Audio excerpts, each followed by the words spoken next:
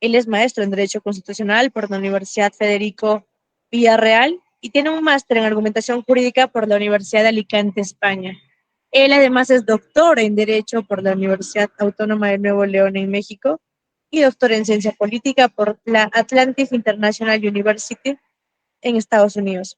Él ha concluido un programa de doctorado en Filosofía por la Universidad Nacional Mayor de San Marcos y tiene estudios de especialización en Derecho Constitucional, Transnacionalidad y Ministerios. Él es autor de libros y artículos sobre temas de su especialidad, así como conferencista nacional, y el día de hoy nos acompaña en el diplomado especializado en gestión pública nacional, regional y local. Doctor, puede dar su saludo de bienvenida e iniciar con su ponencia.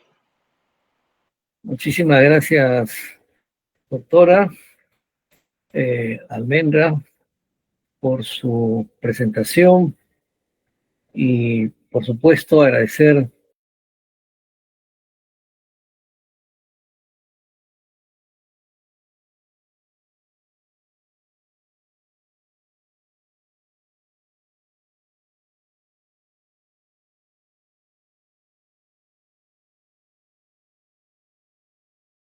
para mí es una enorme satisfacción poder estar en este diplomado que comprende una secuela de temas vinculados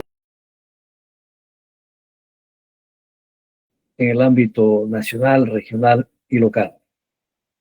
Obviamente, el tema que se me ha planteado trabajar hoy día es el tema del marco normativo de la gestión pública y concretamente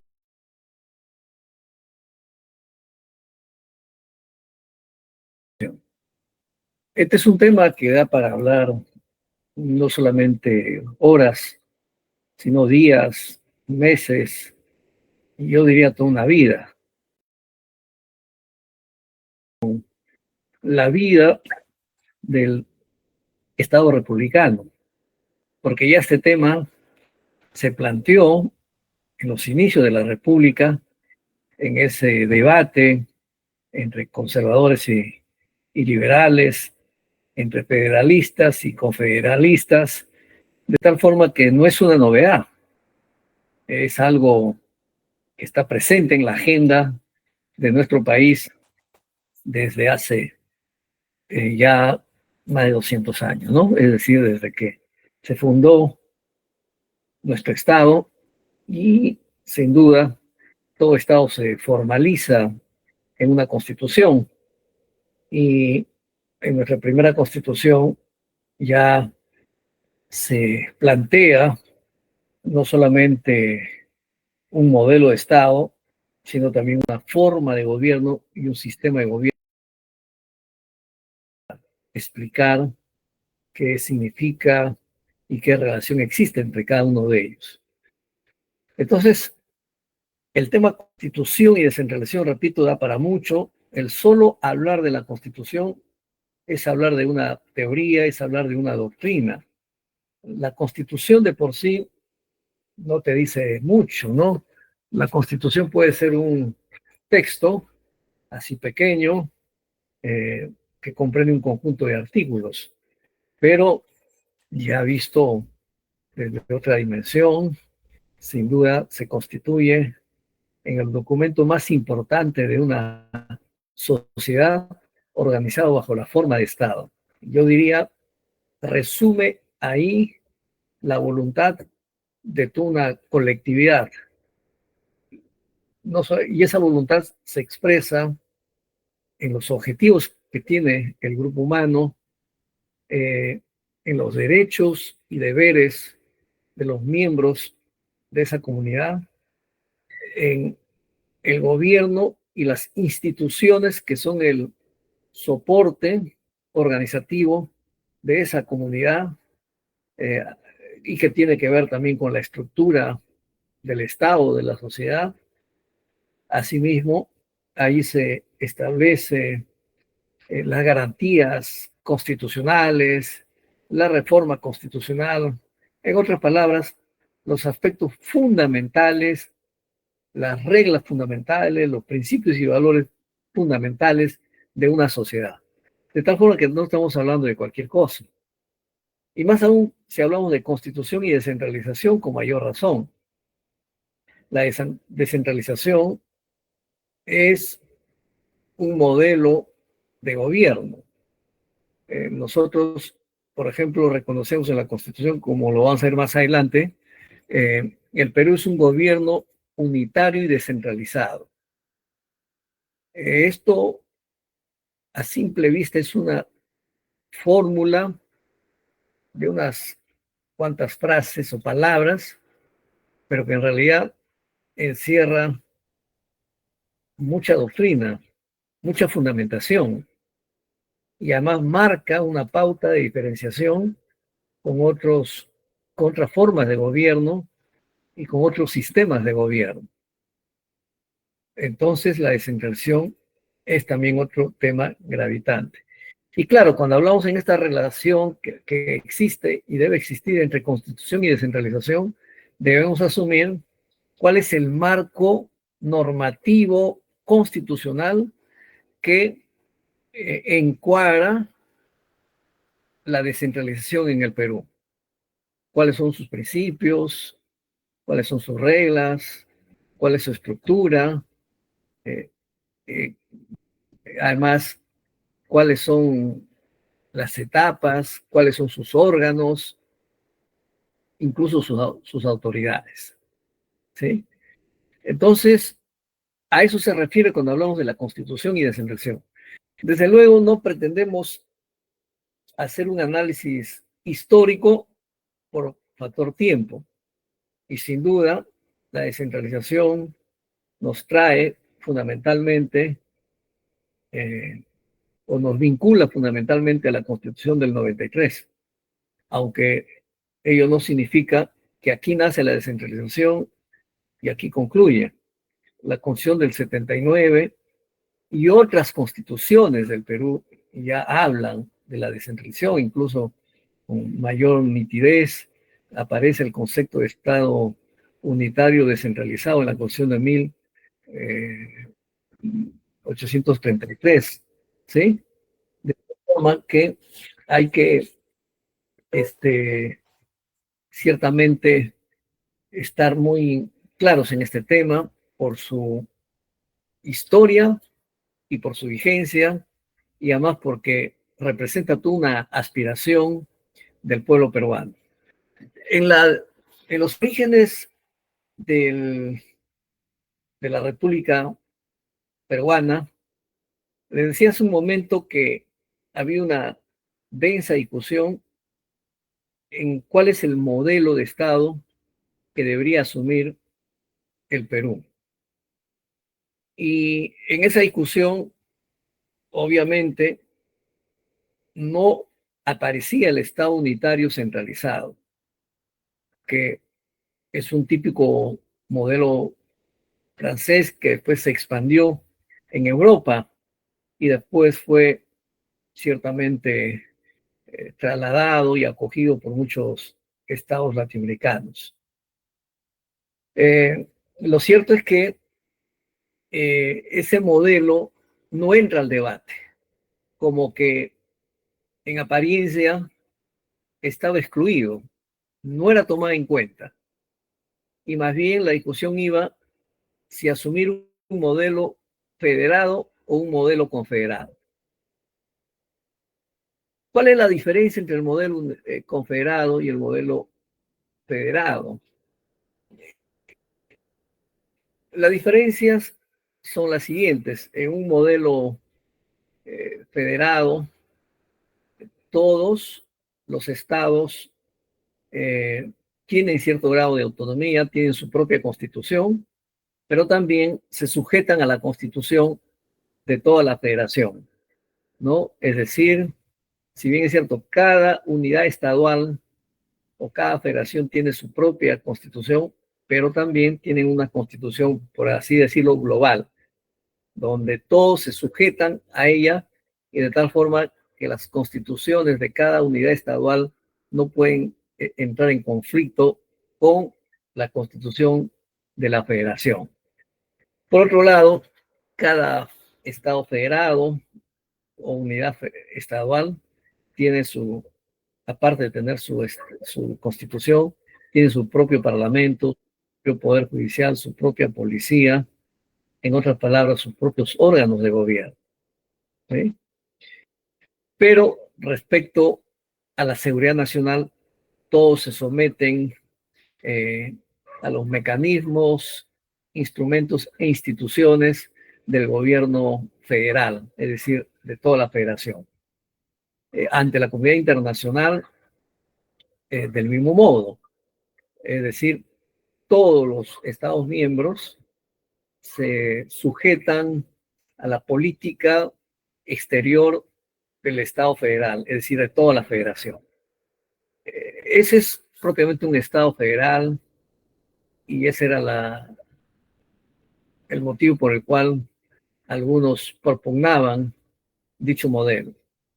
El modelo confederado es un modelo donde todos también se sujetan a una constitución, eh, digamos, su vínculo es relativo. Todos los estados tienen su propia constitución, pero a diferencia del estado federado, en un estado confederado, basta que un estado decida retirarse, simplemente la confederación se cae.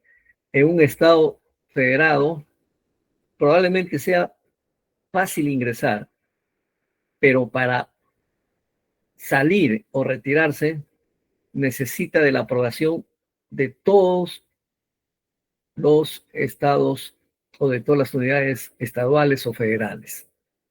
Es mucho más complicado. En un estado federado no.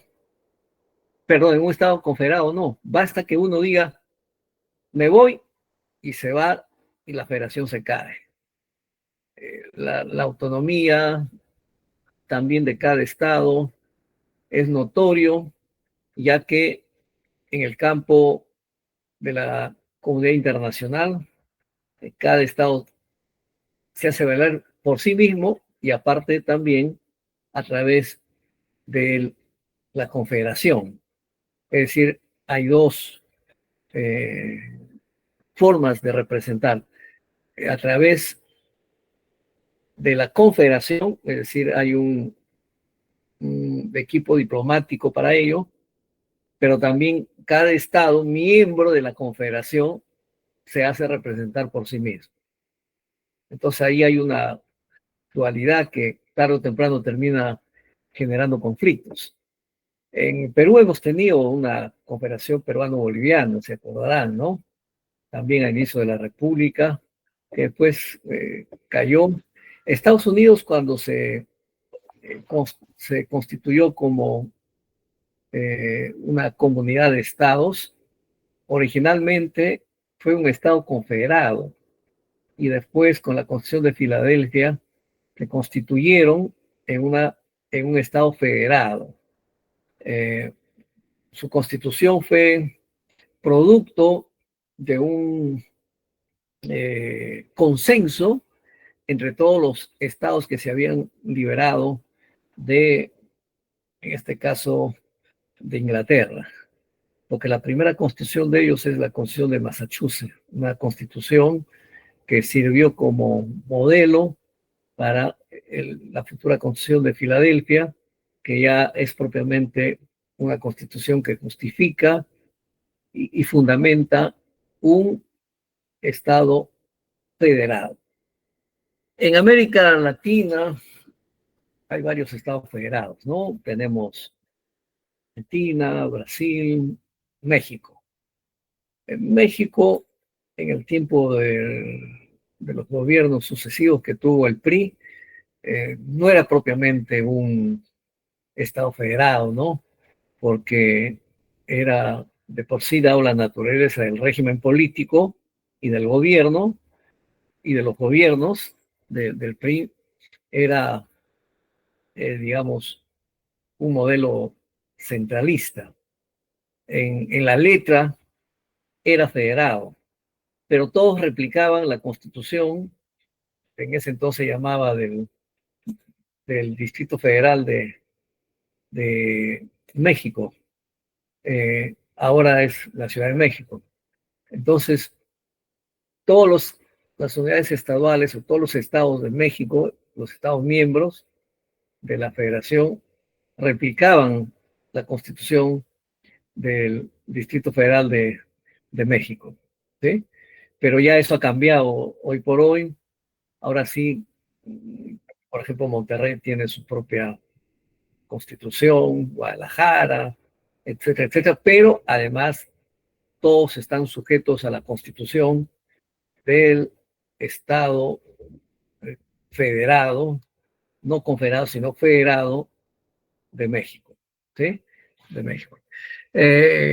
A ver, el resto de países en América Latina somos estados unitarios, centralizados y descentralizados.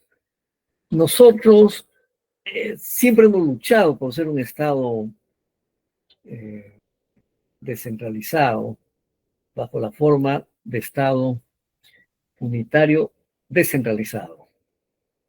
Les comento que este modelo de estado aparece más o menos en 1833, 1834. ¿Ah? Fíjense que es un modelo que nosotros hemos exportado.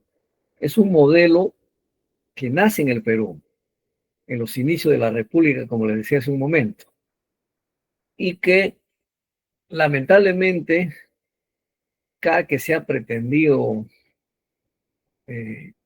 aplicarlo o implementarlo, siempre ha fracasado. Y más bien los europeos y particularmente España e Italia vieron con buenos ojos el Estado unitario descentralizado. Lo, lo estudiaron, lo investigaron, lo desarrollaron teóricamente y posteriormente lo implementaron. Y fíjense que tanto en España como en Italia, ese modelo que nace en el Perú ha sido exitoso, al grado que con el tiempo les ha llevado fáctica y materialmente a la existencia ya no de un Estado unitario centralizado, sino más bien fáctica y materialmente a un Estado federado, porque ellos hablan de autonomía, ¿sí?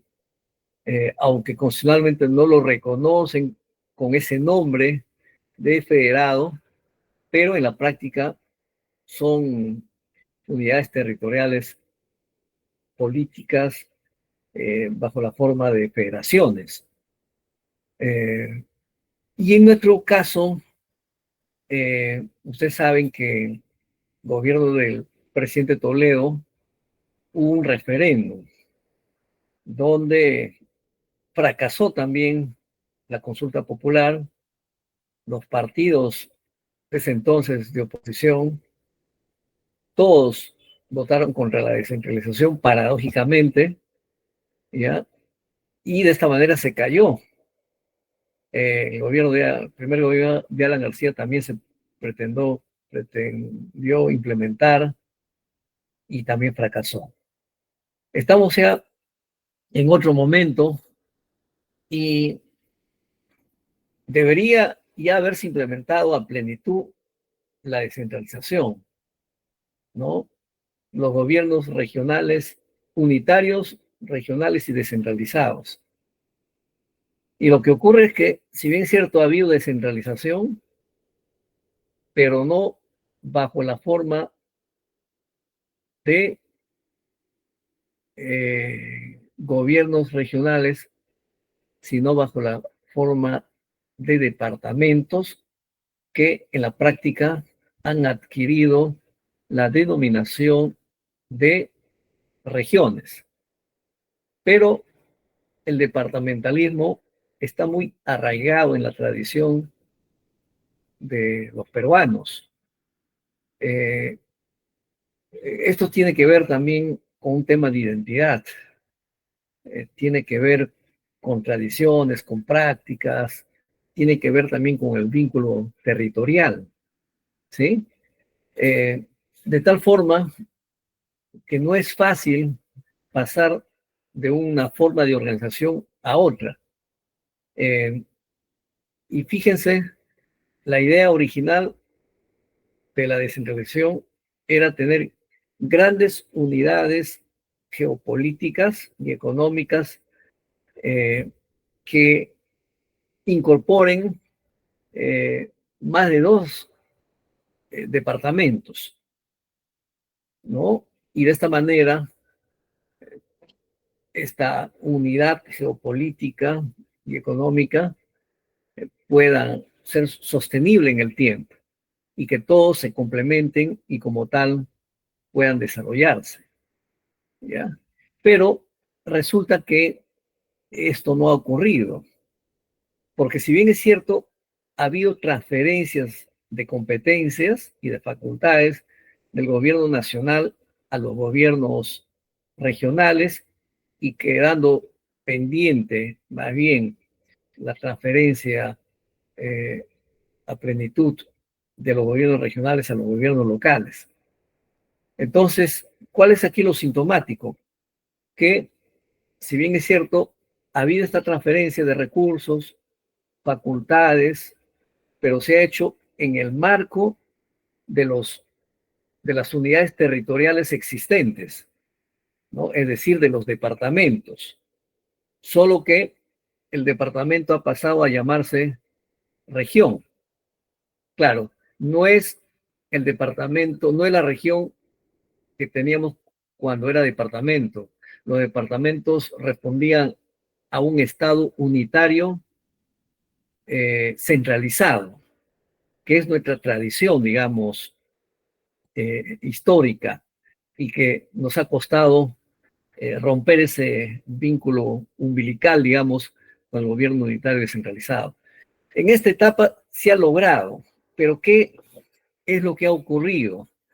Lamentablemente, las taras y los vicios del Estado unitario centralista expresado en una capital que aglutina todo, no solamente el poder político, sino económico, cultural, como es Lima, eh, ahora no solamente se ha transferido facultades políticas, funcionales, administrativas y económicas, sino también se ha transferido los vicios del centralismo que tanto se ha criticado, de tal forma que hoy por hoy ese centralismo nacional que existía en Lima, hoy existen en las regiones, ¿no? La sede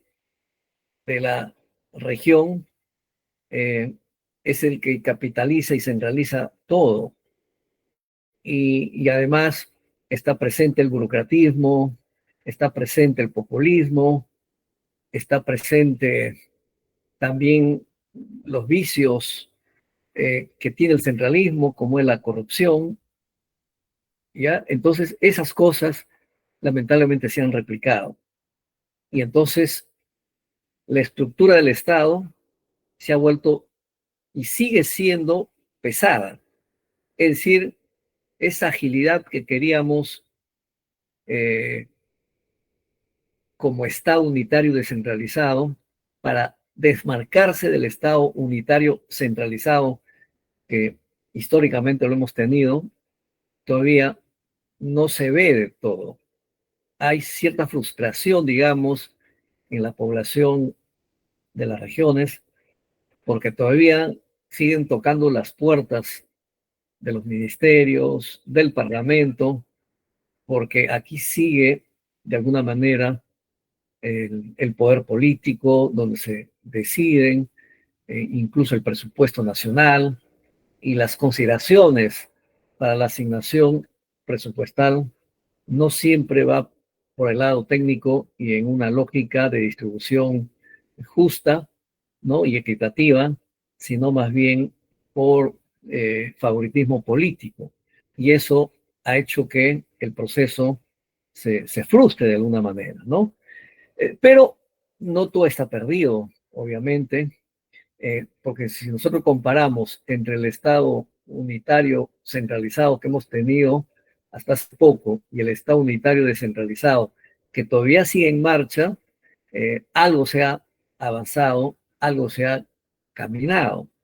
Probablemente nosotros los peruanos no lo veamos muy claro, pero un extranjero cuando viene, y esto me lo han dicho varios, esto se ve a nivel de los gobiernos locales, ya se viene viendo también a nivel de los gobiernos regionales, y ya es un tema más bien de capacidades y de competencias, de capacidad para gestionar los recursos. Hay algunos gobiernos regionales que han devuelto incluso hasta el 60% del presupuesto por no tener capacidad de ejecución presupuestal.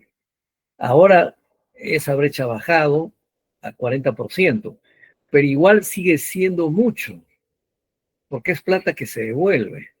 Y cuando devuelves, no te premian. No es que has ahorrado, simplemente has demostrado ineficiencia y falta de capacidad para llevar a cabo o implementar tu presupuesto de forma eficiente. Entonces, ahí hay problemas serios a resolver. He hecho una introducción demasiado larga, pero igual voy a continuar. A ver si me permite. A ver, vamos ahí. A ver, no sé qué dice. Ya. Entonces, a ver, un momentito, por favor. Ya, entonces, usted me avisan si está avanzando la diapositiva, ¿sí? Ahora vamos a ir al marco ya constitucional, que es el marco institucional del modelo de Estado, y hablamos de tres momentos, ojo, del modelo de Estado, de la forma de Estado, perdón, sí, de la forma del modelo de Estado, de la forma de Estado y de la forma de gobierno, también del sistema de gobierno. El artículo 43 de la Constitución literalmente dice: el Estado democrático de derecho y habla de la forma de gobierno. Dice lo siguiente: la República del Perú es democrática, social, independiente y soberana. El Estado es uno solo e indivisible. Su gobierno es unitario, representativo y descentralizado, y se organiza según el principio de la separación de poderes. Aquí está, yo diría, concentrado modelo de Estado, forma de gobierno y forma de Estado. El modelo de Estado, aquí se dice perfectamente, es un Estado unitario e indivisible, dice, ¿no? La República de Perú es democrática, social, independiente. En realidad, aquí está haciendo alusión al modelo de Estado, a la forma de Estado. Y esa forma de Estado es Estado de derecho, social y democrático, ¿no? Es decir, pero hoy por hoy el Tribunal Constitucional ha concluido ya hace mucho tiempo que el Estado peruano en su modelo no se agota en la fórmula de Estado social y democrático de derecho, sino también es constitucional.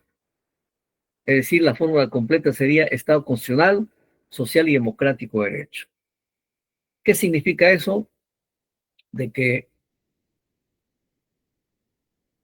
la constitución del Estado ya no solamente es un referente político, sino también es una norma jurídica fundamental de primer orden y que tiene efecto vinculante para todos los poderes públicos, para todas las autoridades y para todos los ciudadanos. Y como tal, también priman los principios de supremacía constitucional, de fuerza normativa de la Constitución, de inviolabilidad de la Constitución, así como el principio de jerarquía normativa, si es que no lo he dicho, ¿sí?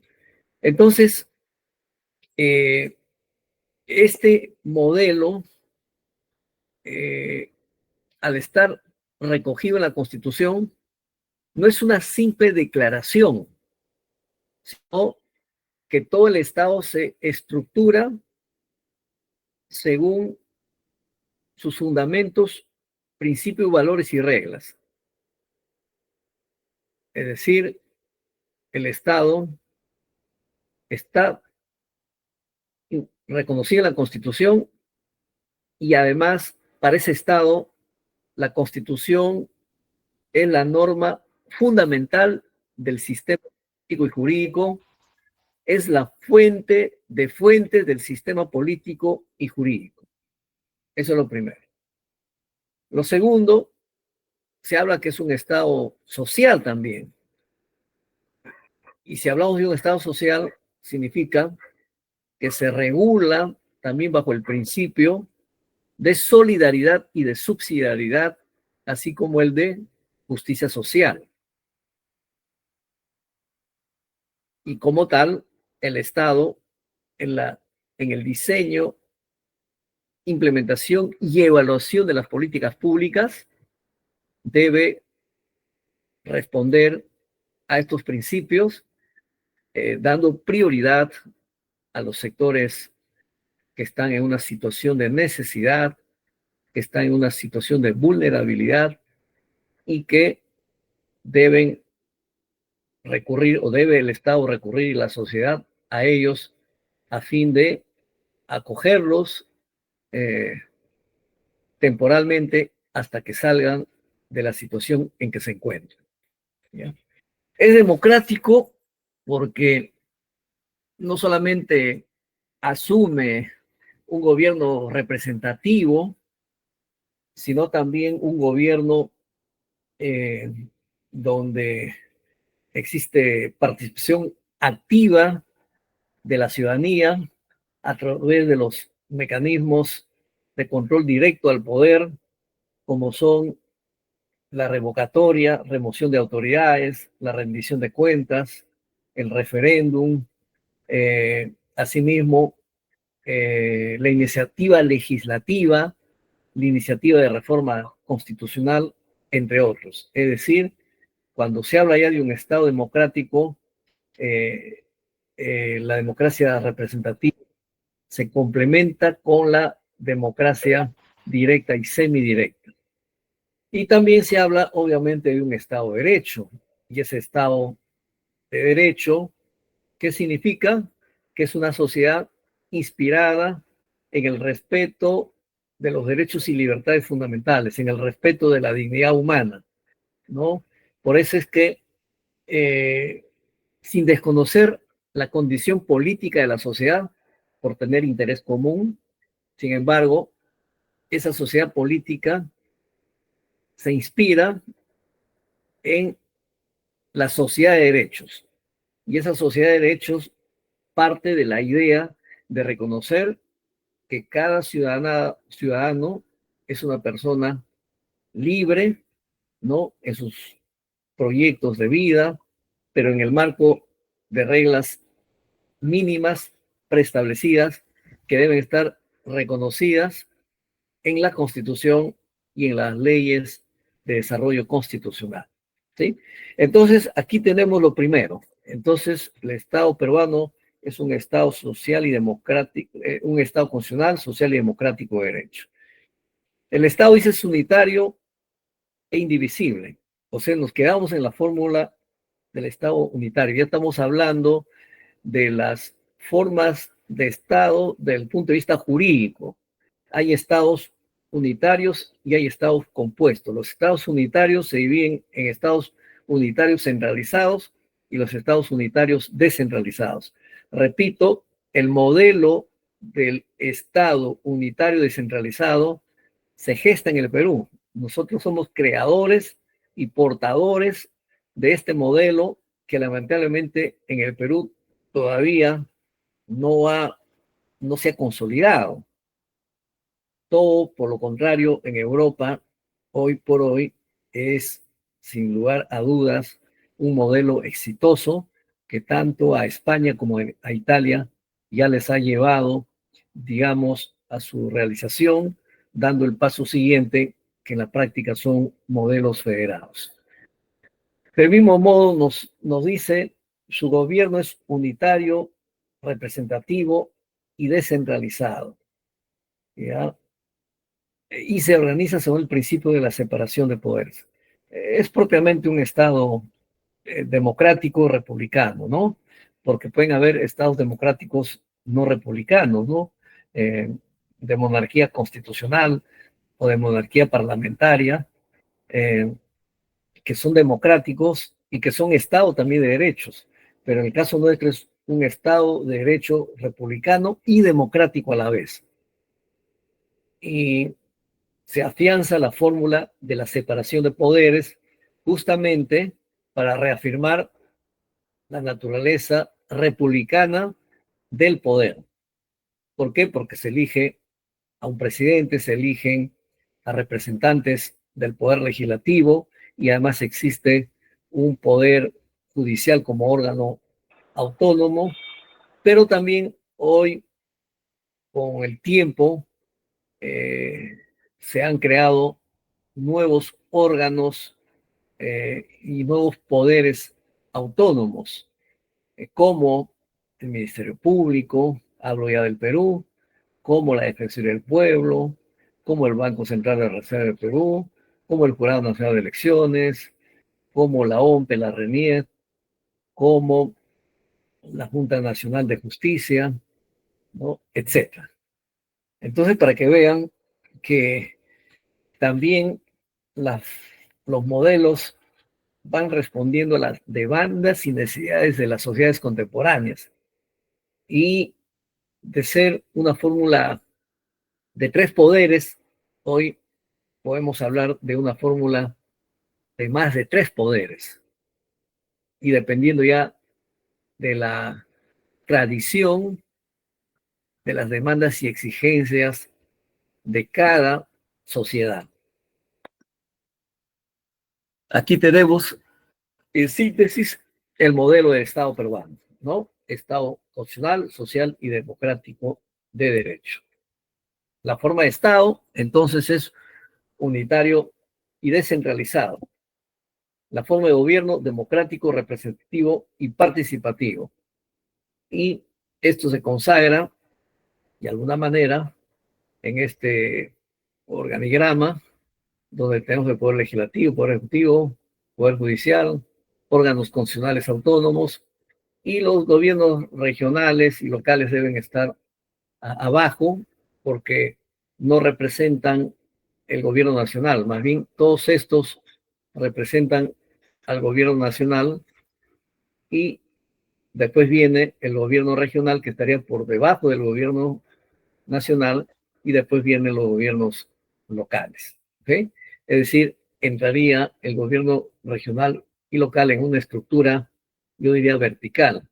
Y la estructura horizontal sirve para el gobierno nacional, donde se encuentran los poderes clásicos, como es el poder ejecutivo, el poder judicial, el poder legislativo y hoy por hoy los llamados órganos constitucionales autónomos, que en el caso peruano estarían acá. ¿Ya?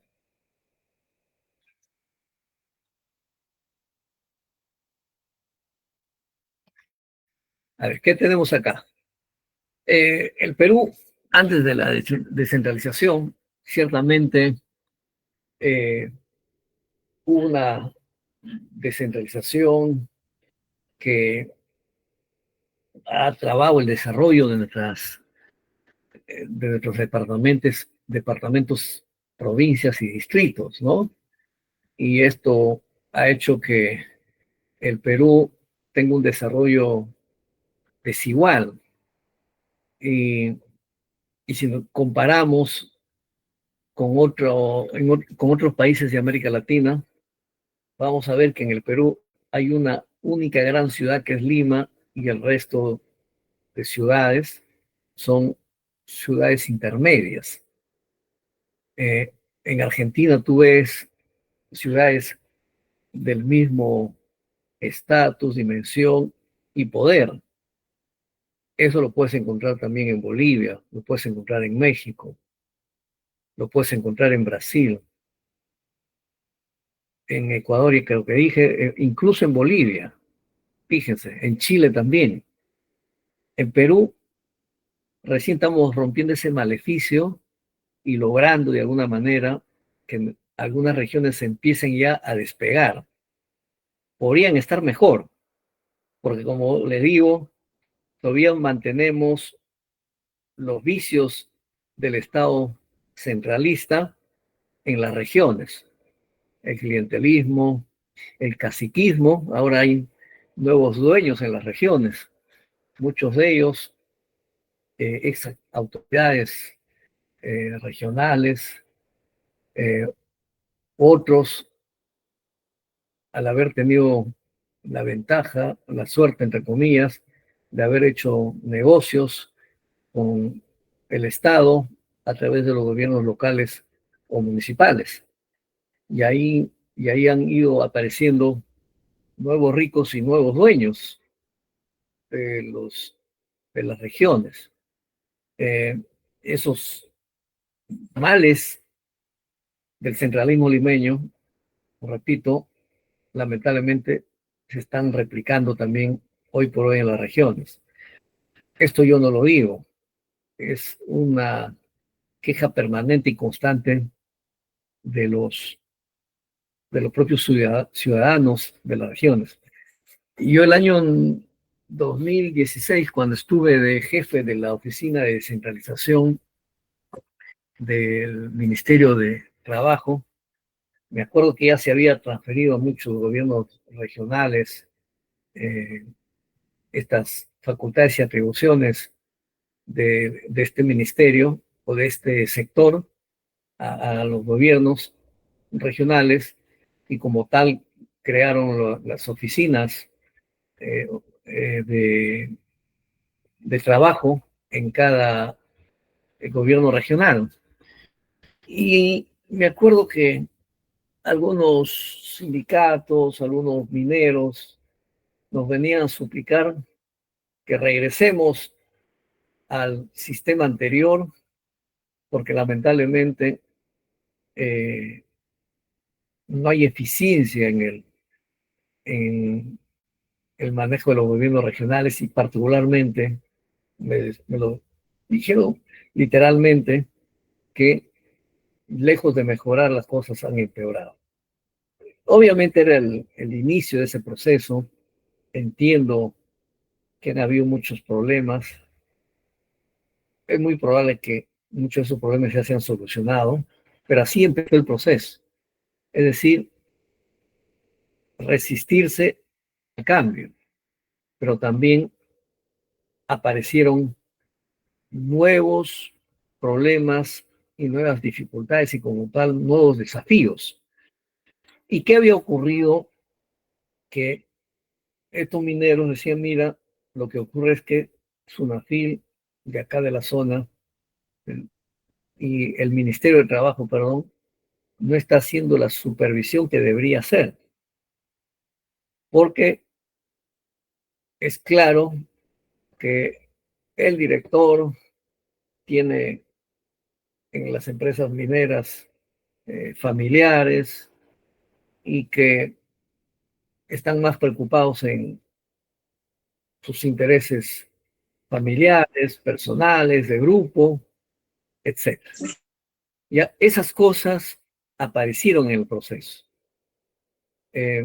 Seguramente en algunos lugares con mayor nitidez que en otros, ¿sí? Es muy probable que se pueden ya estar corrigiendo. No digo que continúe, pero eso es lo que pasa. Entonces vamos a ver cuáles son estos problemas de Perú antes de la descentralización. Entonces, el punto de partida fue el centralismo capitalino, ¿no? Una concentración del más del 50% de los servicios gubernamentales. Asimismo, una desarticulación económica del territorio. El 30% de la población nacional vivía en Lima. Las capacidades institucionales eran realmente limitadas. Había una concentración del poder y de decisiones políticas en Lima. La organización territorial eran por departamentos. Hoy ya no se llaman departamentos sino regiones, pero territorialmente siguen siendo esa misma superficie territorial y poblacional, ¿eh? Ojo, solo ha cambiado el nombre,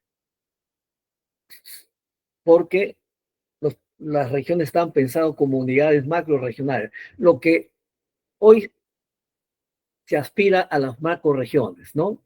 O sea, eso deberían ser las regiones, pero como ya no les podemos llamar regiones a una unidad socioeconómica y cultural, entonces tenemos ahora que pensar en macro-regiones. ¿Qué más? Tenemos pobreza extendida, exclusión social, el 48% del PBI nacional está en Lima o estaba en Lima, la concentración de la inversión y producción igual, ¿no? Para que vean cantidad de cosas que arrastraba el centralismo, el Estado unitario centralizado. ¿Y cuál es el marco normativo que tenemos? Bueno, ya ustedes lo saben, nuestro marco es la Constitución Política del Perú del 93 y a su vez esto ha generado una serie de leyes de desarrollo constitucional, como son la Ley 27.783, Ley de Bases de la Descentralización, la Ley 27.867, Ley Orgánica de los Gobiernos Regionales, así como la Ley 27.972, Ley Orgánica de Municipalidades. La Constitución Política del Estado, en el capítulo 14 de la descentralización, que ha sido modificado por el artículo único de la Ley 27.684, publicada el 7 de marzo del 2002. ¿Qué dice?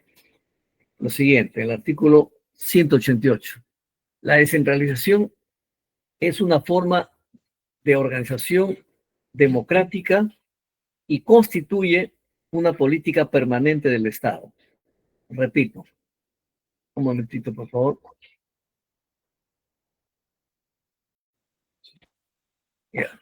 Repito, la descentralización es una forma de organización democrática y constituye una una política permanente del Estado. O sea, hasta ahí debemos entender que es un proceso, que no se agota con la aprobación de las normas vigentes, sino que es un proceso, ¿no? Y aquí dice, constituye una política permanente del Estado, de carácter obligatorio que tiene como objetivo fundamental el desarrollo integral del país.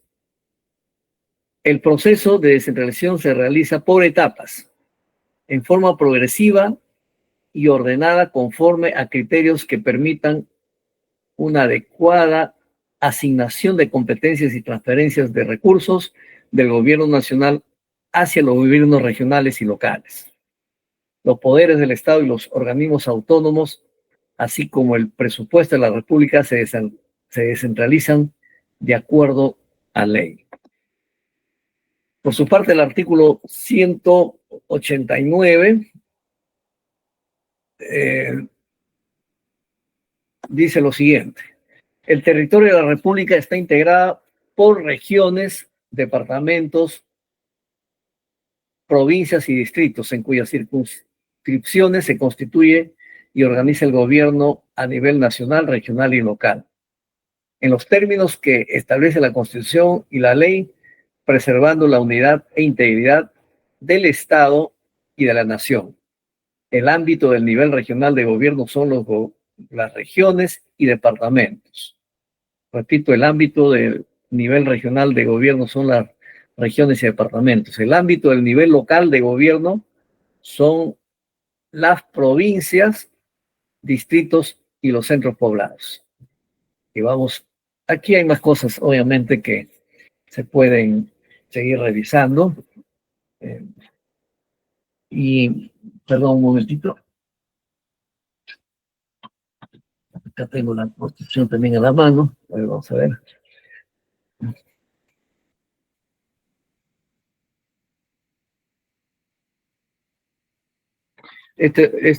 No está en la Constitución, sino en la norma, a ver, sí, está bien, está en la Constitución, ¿sí? El artículo 190 dice, 89, el territorio de la República está integrado por regiones, departamentos, ya lo hemos dicho. El artículo 190, las regiones se crean sobre la base de áreas contiguas integradas histórica, cultural, administrativa y económicamente, conformando unidades geoeconómicas sostenibles. Esto es lo que no se ha logrado hasta ahora, ¿no? Y entonces, frente a esta carencia o frustración, podríamos decir, lo que corresponde es hacer una modificación a esta norma para empezar ya a hablar ya no de gobiernos regionales, sino más bien de gobiernos macroregionales. El proceso de descentralización se inicia eligiendo gobiernos en los actuales departamentos y la provincia constitucional del Callao. Estos gobiernos son gobiernos regionales. Mediante referéndum podrán integrarse 2 o más circunscripciones departamentales contiguas para construir una región. Conforme a ley, igual procedimiento siguen las provincias y distritos contiguos para cambiar la circunscripción regional. La ley determina las competencias y facultades adicionales, así como incentivos especiales de las regiones y facultades adicionales, así como incentivos especiales de las regiones así integradas. Mientras que dura el proceso de integración, 2 o más gobiernos regionales podrán crear mecanismos de coordinación entre sí. La ley determinará esos mecanismos, ¿sí? Bueno, aquí está este marco institucional. No les voy a leer para no cansarlos, pero ya saben que hay un capítulo de la Constitución, que es el capítulo 14, donde establece los lineamientos y las políticas generales para la implementación y estructuración de los gobiernos regionales, ¿no? El artículo 191 nos habla de los gobiernos regionales, tienen autonomía política, económica y administrativa en los asuntos de su competencia. Por su parte, el 194, las municipalidades provinciales y distritales son los órganos de gobierno local. Tienen autonomía política, económica y administrativa en los asuntos de su competencia. ¿Cuáles son las dimensiones de las autonomías? Aquí nos habla de una autonomía política, de una autonomía administrativa y de una autonomía económica. La autonomía política comprende lo siguiente, ¿no? Es la facultad de adoptar y concordar las políticas y planes, aprobar y expedir sus normas y decidir a través de sus órganos de gobierno. Repito, la autonomía política comprende la facultad de adoptar y concordar las políticas y planes, aprobar y expedir sus normas y decidir a través de sus órganos de gobierno. En tanto que la autonomía administrativa es la facultad de organizarse internamente, determinar y reglamentar los servicios públicos de su responsabilidad. Y por último, la autonomía económica, que es algo que siempre se ha exigido, ¿no?, por los departamentos y ahora regiones, es la facultad de crear, recaudar y administrar sus rentas e ingresos propios y aprobar su presupuesto institucional. Aquí todavía creo que hay mucho que trabajar, ¿no? Mucho que trabajar. Según el Tribunal Constitucional, con relación a los gobiernos regionales, este tribunal dice en la sentencia 047-2004, en su fundamento 4.3.2.2, dice: con relación a los gobiernos regionales, este tribunal ha recordado la necesidad de que las normas de estos puedan expedir no alteren la unidad e integridad del Estado y de la nación, no interfieran en las funciones y atribuciones de los gobiernos locales y que las materias que ellas regulen deba realizarse en armonía con las políticas y planes nacionales y locales de desarrollo. Ahora, en relación al gobierno nacional, debe remarcarse que este no es enteramente libre para regular cualquier materia, sino que ha de sujetarse al reparto de competencias constitucional y legalmente establecidos, constituyendo este reparto un límite de orden material y competencia para el desarrollo de su función legislativa. Ciertamente, a raíz de esto se han generado también conflictos competenciales, ¿no? Entre el gobierno nacional y concretamente entre el Ejecutivo y los gobiernos regionales en temas del cultivo y transformación de la hoja de coca. Se acordarán este conflicto que hubo con el gobierno regional de Cusco, que después se fueron sumando otros gobiernos, como el de Huánuco, incluso el Callao, que no tenía que ver nada con el tema, pero también se metió, y casi todas las regiones de la selva, ¿no?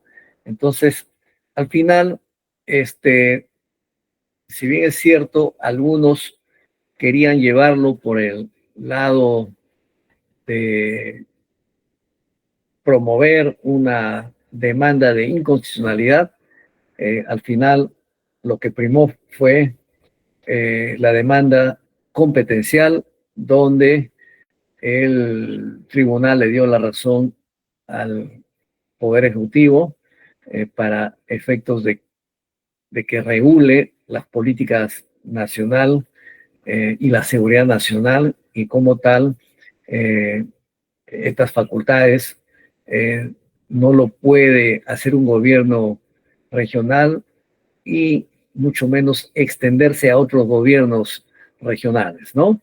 Y quedó zanjado el tema.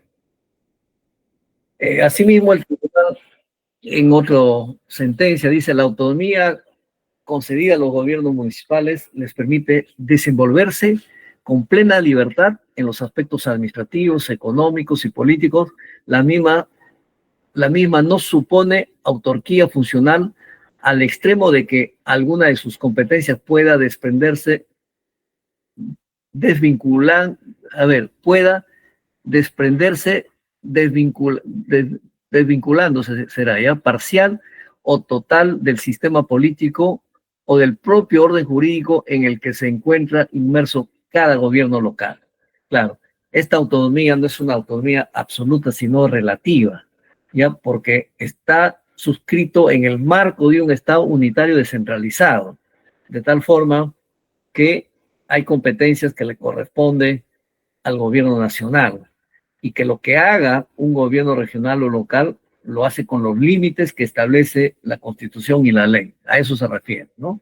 En consecuencia, no porque un organismo sea autónomo deja de pertenecer al Estado, pues sigue dentro de él y como tal no puede apartarse del esquema jurídico y político que le sirve de fundamento a este y, por supuesto, a aquel.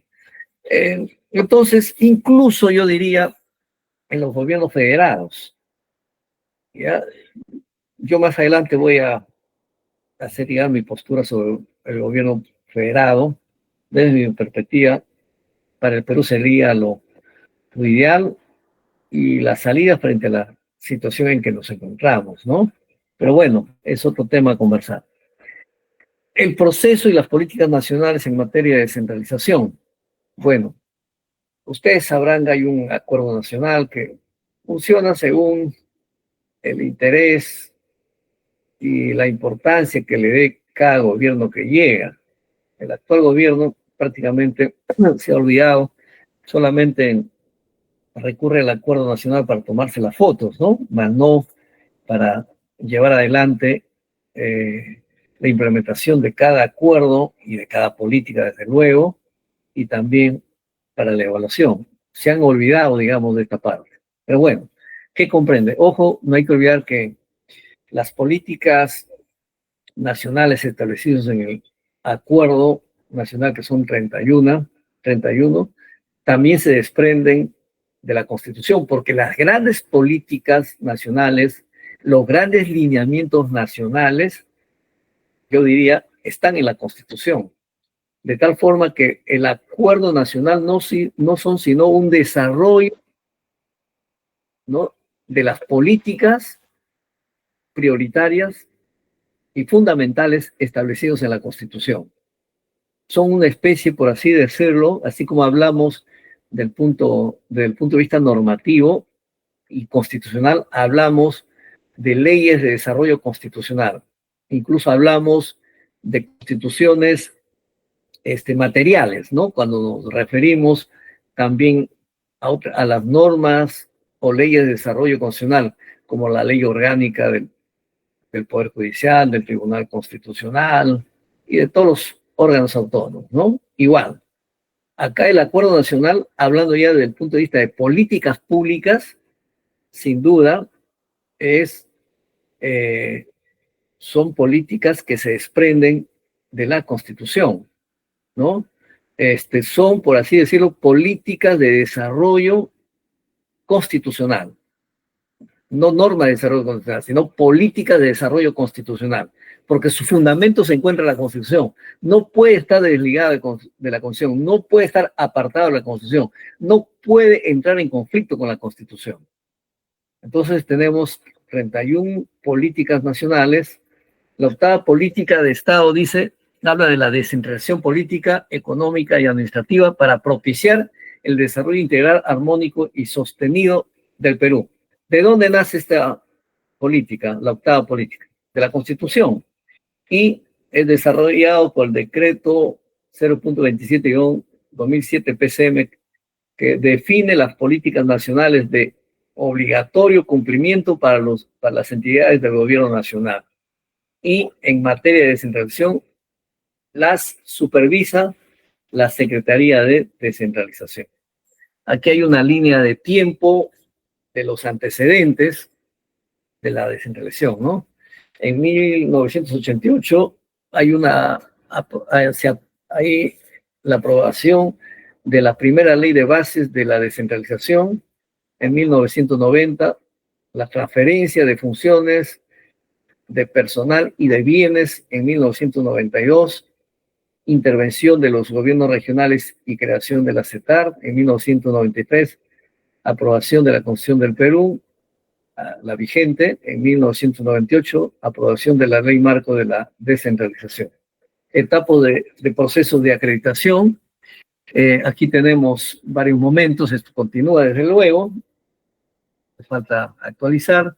Tenemos aprobación del plan anual a más tardar el 6 de abril de cada año, solicitud de transferencias de los gobiernos regionales, no se fija plazo, capacitación y asistencia técnica hasta el último día del mes de abril de cada año, certificación de agosto a septiembre de cada año, acreditación hasta el último día hábil del mes de octubre, resolución de controversias durante el mes de noviembre de cada año, efectivización del 1 de enero del año siguiente. Y aquí tenemos también una línea de tiempo del marco normativo del proceso de descentralización y todas las normas que se han ido aprobando y aplicando, ¿no? Del 2002, 3, 4, 5, 6, hasta el 7. 5 y 6 no hay, hasta el 2007. Y dimensión del proceso de descentralización. Aquí tenemos una dimensión nacional, transferencias de responsabilidades, descentralización fiscal y descentralización económica. Y esto se da a nivel departamental, provincial y distrital. ¿Y en qué consiste? En conformación de regiones y organización territorial y adecuación de sistemas administrativos, que sin duda todo ello, si se cumple tal como se fija, se está arribando sin lugar a dudas a la descentralización, y esto, su meta, más que su objetivo, es la ciudadanía, y que en esta dimensión y en este propósito se busca un fortalecimiento institucional y además establecer información y concertación, todo teniendo como objetivo y como meta la ciudadanía. Transferencia de responsabilidades y gestión descentralizada, ya vamos terminando. Sectores con esquemas de funcionamiento y descentralización y descentralizado y moderno, gobiernos descentralizados, regional, provincial y ciudadanía, ¿no? Aquí está el esquema. Los invito para que ya ustedes lo vean con mucho más tranquilidad. Aquí está la estrategia de implementación, la ley de bases de la descentralización. Primera etapa, instalación y organización de los gobiernos regionales. Segunda etapa, consolidación del proceso de regionalización. Tercera etapa, transferencia de competencias sectoriales, no salud ni educación, eso se queda en stand-by, aunque ya salud ya se transfirió y salud también, ¿no? Lo que falta es, a ver, transferencia de salud y educación, ya están también estos, ¿sí? Lo que falta es trabajo, ¿no? Que en algunos lugares también ya se han transferido, ya se han transferido también trabajos, ¿sí? El único lugar que se falta transferir es en Lima, al gobierno, al municipio metropolitano de Lima, que sería la transferencia de educación y también de trabajo. Incluso, si no me equivoco, salud también, ¿no? Salud. Acá están las etapas de aprobación de supervisión y evaluación de las competencias sectoriales bajo el enfoque de gestión descentralizada de los servicios públicos. Y a eso les dejo para que ustedes lo puedan revisar. Esto es un esquema que trabajamos en el Ministerio de Trabajo y Promoción del Empleo, el proceso operativo de las direcciones de las direcciones de descentralización.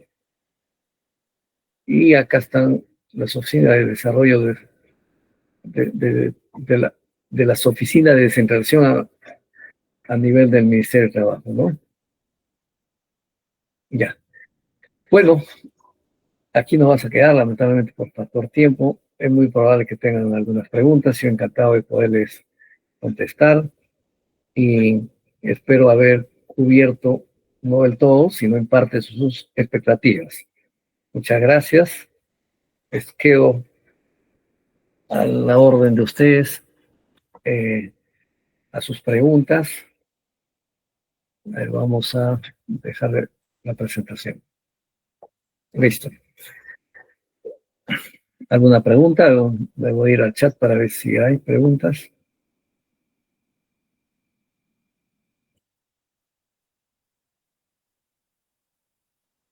No hay preguntas. Si quieren lo pueden hacer de forma directa para que sus compañeros puedan escuchar.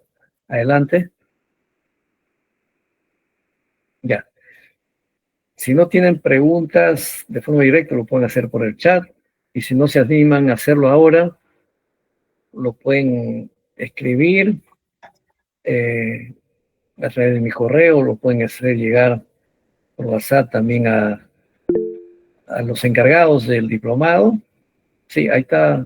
Bueno, creo que Óscar está teniendo la palabra, ¿no? Adelante. Adelante, Óscar. No te escucho. Doctor, muy buenas Sí. noches.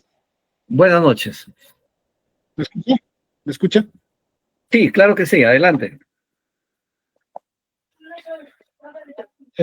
Bueno,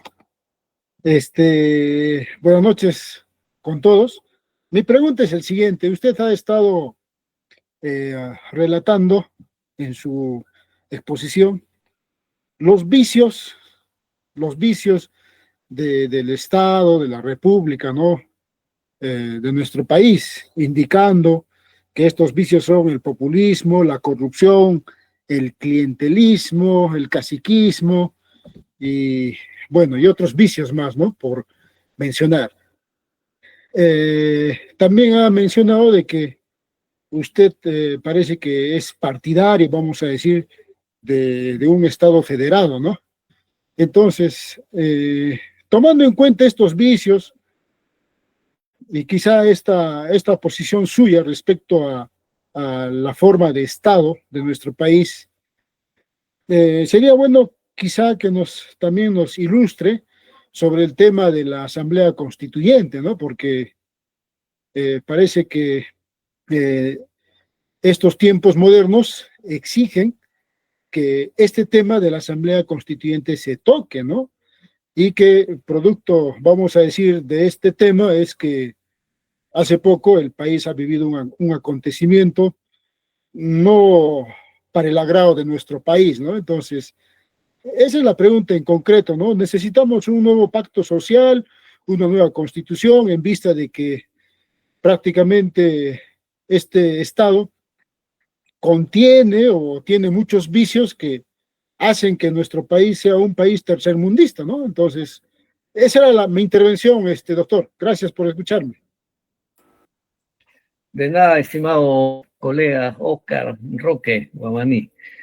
Mira, efectivamente yo estoy en la línea de propugnar, impulsar, proponer y contribuir al debate sobre la forma federada de Estado.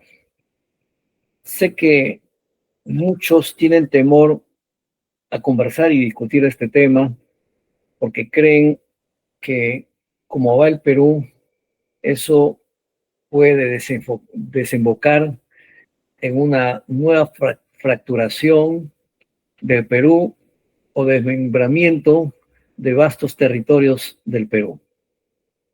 Yo creo más bien todo lo contrario. Es la oportunidad para medir las competencias y las capacidades de las grandes unidades socioeconómicas y culturales llamadas macroregiones y que, o unidades estaduales o federaciones, como se le quiera llamar. En Argentina se le llama provincias, son provincias. Nosotros lo podemos seguir llamando regiones, pero ya es un tema ya de denominación que no viene al caso, ¿no? Lo que ocurre es que en España e Italia tuvieron éxito porque el Estado unitario descentralizado se convirtió como una especie de puente del Estado unitario centralizado al Estado federado, al grado que ya pasaron el puente y hoy estos dos países están en una estructura federativa, aunque constitucionalmente no lo reconocen como tal, pero fáctica y materialmente ya lo están. Yo tuve la oportunidad de estar en estos dos países, conversar con algunos colegas, profesores de Derecho Constitucional de algunas universidades, como la Universidad de Milano, en Italia, y en España, como la Universidad Carlos III de Madrid, de Extremadura, de Alicante, la Universidad Internacional de Cataluña, y todos ellos me han confirmado que efectivamente ellos en la práctica ya están en una estructura federal, ¿ya? Entonces, a eso nos debe llevar el Estado unitario, descentralizado. Pero como nosotros tenemos una mochila muy pesada, que es una anticultura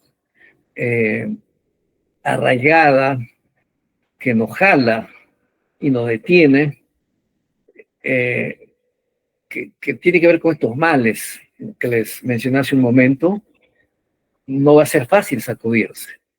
Quizás la discusión de un modelo y de un paso a un modelo federado nos pueda ayudar, porque cada región, federación o unidad estadual va a ser responsable de su propio desarrollo o de su propio fracaso. Ahora, hoy por hoy, el fracaso siempre le echamos al gobierno central, porque todavía estamos arraigados a esa tradición centralista, a pesar que ya han habido transferencia de facultades y funciones del gobierno nacional a los gobiernos regionales. Pero vamos a encontrar ahí como el fantasma a quien hay que apuntar porque es el responsable de nuestras incompetencias. Será el responsable de una mala distribución del presupuesto, probablemente de un mal manejo en la distribución del presupuesto. Pero cada región es responsable del buen o mal manejo de su presupuesto y de sus recursos. Pero será más responsable aún en un Estado federado, porque tendrá su propia constitución, su propio parlamento, su propio poder judicial, su propia policía, pero también dependerá de una constitución federal. Y creo que ese es lo que necesita el Perú. Por ejemplo, estaba en Loreto no hace mucho, y ahí hay un anhelo histórico de constituirse como Estado federado, que no significa desprenderse, todo por el contrario, sino ser dueño y protagonista de tu desarrollo y del manejo de tus recursos, ¿no? Y no permitir que todo eso se vaya al centro del poder y después regresa a migajas, cuando debe ser al contrario.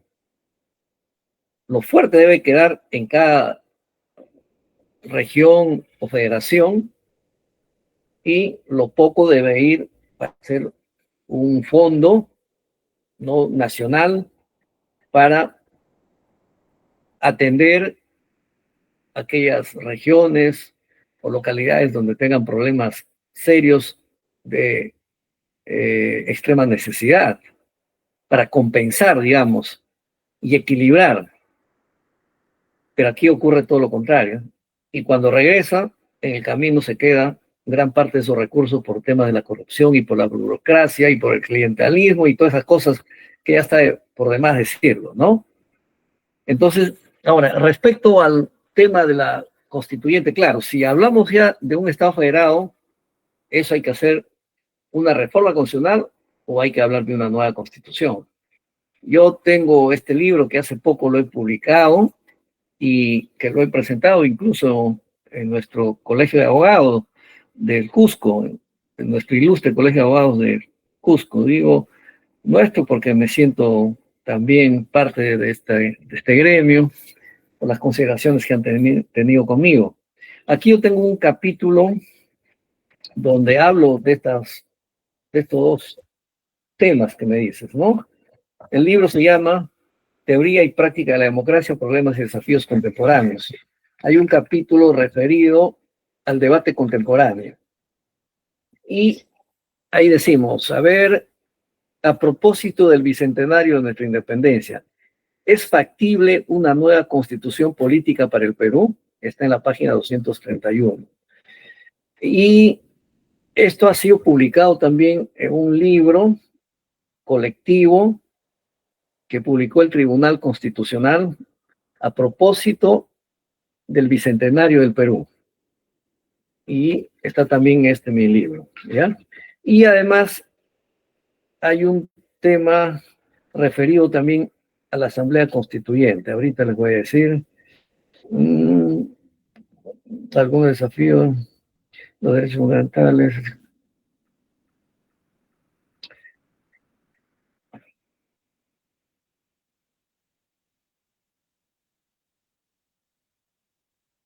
A ver, un momentito, recuerdo, dictadura de ejecución. A ver si estamos. Ya, algunas cuestiones sobre la Asamblea Constituyente, página 347. No quisiera, bueno, en términos generales, puedo hablarlo, pero ya me estoy excediendo en el tiempo y en todo caso, sí yo marco ahí una postura constitucional, democrática y acorde también a las demandas de la sociedad, pero debidamente sustentada, ¿ya? Entonces, si ustedes tienen la oportunidad de adquirir el libro, ahí lo van a encontrar, ¿ya? Ahí está mi postura. ¿Alguna pregunta más? ¿Alguna intervención más? Bueno, a ver, vamos a ver si por si acaso hay alguna pregunta escrita. No, no hay. Entonces, yo me paso a despedir si es que no hay otra pregunta. Aquí está. Mira, en Cusco ya debe estar en las librerías donde venden libros de derecho, ahí debe estar, en algunas de estas distribuidoras. Pero hay también una persona que yo dejé un grupo de libros, ¿ya? Está a precio de costo. A ver, voy a hacer, tengo acá el nombre, creo, de la persona, a ver. La doctora Almendra Monteagudo debe conocerle. A ver, es el doctor... a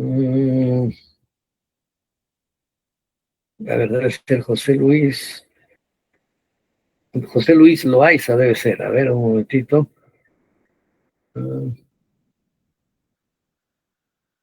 Sí, ya, es el doctor José Luis Loaiza. No sé si la doctora les puede dar su teléfono. Él tiene también el libro. Ya le dejé una cantidad ahí. La doctora Almendra Monteagudo le conoce, ¿no? Sí, sí, doctor. Ya, perfecto. Ya, entonces, a través de ese nexo pueden conseguir de forma inmediata. ¿Ya? Y si no, en la librería debe estar también presente. ¿Alguna pregunta más?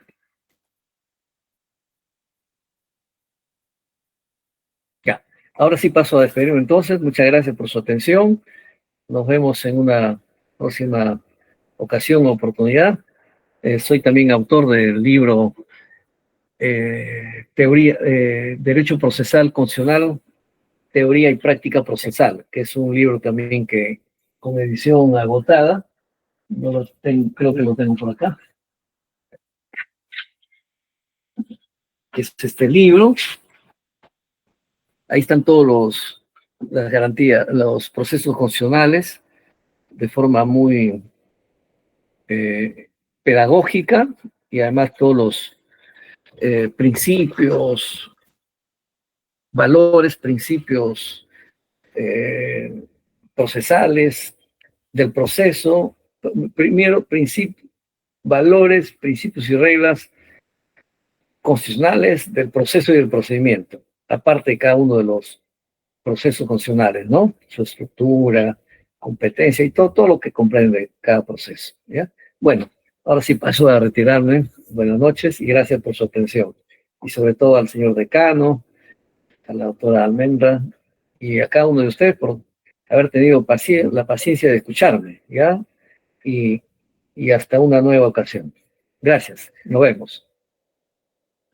Muchas gracias, doctor. Quedamos a la espera de sus diapositivas para compartirla con los alumnos Claro. Y se le va a estar remitiendo su resolución de felicitación y demás enviados por el Colegio de Abogados. Gracias, doctor. Ahora mismo lo envío, ¿ya? Gracias, hasta luego.